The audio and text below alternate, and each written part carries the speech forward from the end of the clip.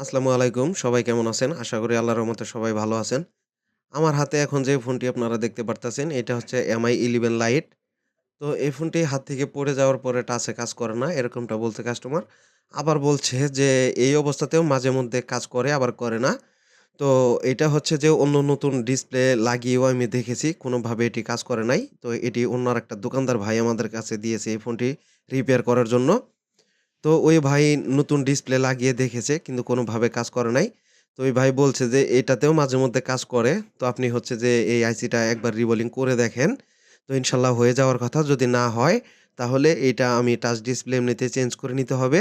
তো আপনি রিবোলিং করে দেন। করে দেওয়ার পরে তারপরে আমি টাচ ডিসপ্লেটাকে চেঞ্জ করে নিব। তো এটিকে আসলে আমি নিখুঁতভাবে রিবোলিং করার চেষ্টা করব, যে যাতে করে কোনো প্রবলেম না হয়।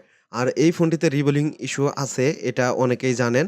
আর আসলে এখানে যে সিএস ক্লক লাইন, এই ক্লক লাইন টাচের লাইনটা কিন্তু মিসিং হয়ে গেছে এখানে। আর আমি মাইক্রোস্কোপের মাধ্যমে আপনাদেরকে আরেকটা জিনিস দেখাচ্ছি। আপনারা দেখলে এটি পরিপূর্ণভাবে সিওর হয়ে যেতে পারবেন।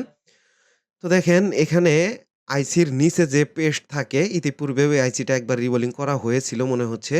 তো আইসির নিচে যে ইনস্টল করার জন্য আমরা পেস্টগুলো ব্যবহার করে থাকি, সেই পেস্ট গলে কিন্তু বের হয়ে এখানে শক্ত হয়ে আছে। অবশ্যই আপনারা দেখতেই পারতেছেন। তো এই আইসিটি আমি খুব নিখুঁতভাবে রিবোলিং করার চেষ্টা করব। এটি রিবোলিং করে দিলেই কিন্তু অন্য টাচ ডিসপ্লে কাজ করবে, এবং কি এটি যেহেতু ভাঙা রয়েছে, এটি কাজ করলে করতে পারে, না করলে না করতে পারে।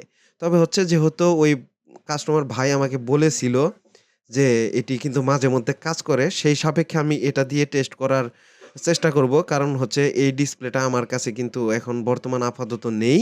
এটি যখন ওই টেকনিশিয়ান ভাই আমার কাছে এই ফোনটি নিতে আসবে, তখন উনাকে আমি ডিসপ্লে নিয়ে আসতে বলছি। নিয়ে আসার পরে আমরা এখানে চেক দিব। চেক দেওয়ার পরে যে যথাযথভাবে এই টাচটি কাজ করে কিনা।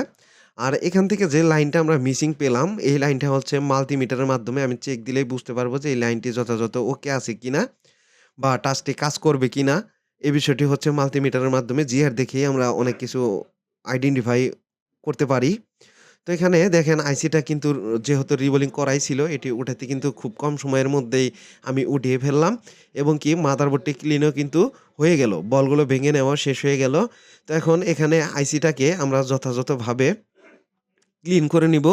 এখানে রিবোলিং করার সময় কোনো একটি বল যেন ছোট বড় না থাকে, সবসময় যেন 100% একুরেট থাকে।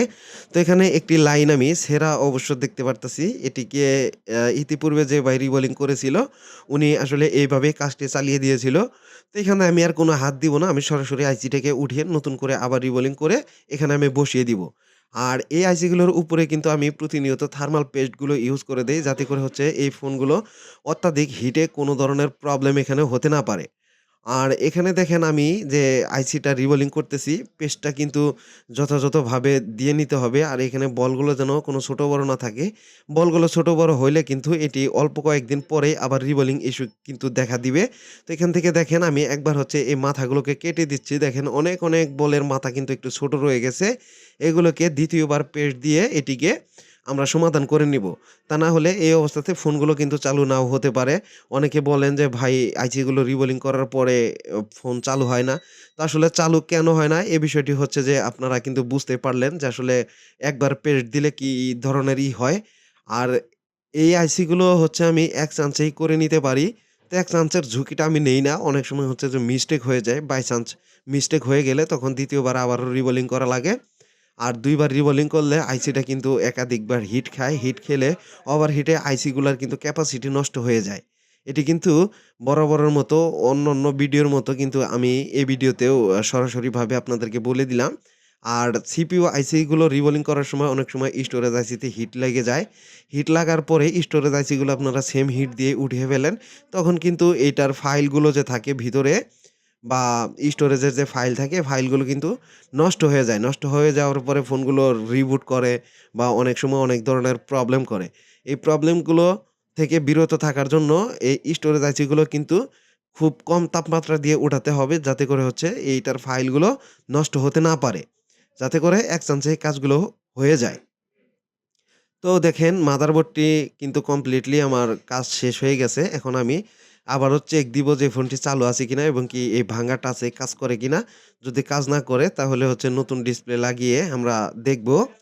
তো ইনশাল্লাহ যে লাইনটা এখানে আমি প্রবলেম পেয়েছিলাম, আমি কিন্তু মাল্টিমিটারের মাধ্যমে অবশ্য চেক দিয়ে নিয়েছি।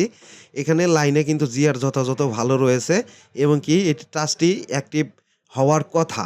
আর এখানে যেহেতু ভাঙা টাচ আমি সিওর হইতে পারতেছি না যে আসলে এই টাচটিতে কাজ করবে কিনা। তো এখানে নতুন একটি টাচ আমরা লাগিয়ে দেখব। তো এখন হচ্ছে এই ফোনটিকে কমপ্লিটলি অন হওয়া পর্যন্ত আমরা ওয়েট করি। তার আগে হচ্ছে যে ক্যামেরাগুলোকে যে আমরা খুলে নিয়েছিলাম, এই ক্যামেরাগুলোকে হচ্ছে আমরা এখানে খুব সুন্দরভাবে বসিয়ে নেই। তো দেখেন ফোনটি কিন্তু কমপ্লিটলি চালু হয়ে গেছে। ভাঙা টাচের কারণে কিন্তু কাজ করতেছে না। আসসালামু আলাইকুম। সবাই ভালো থাকবেন।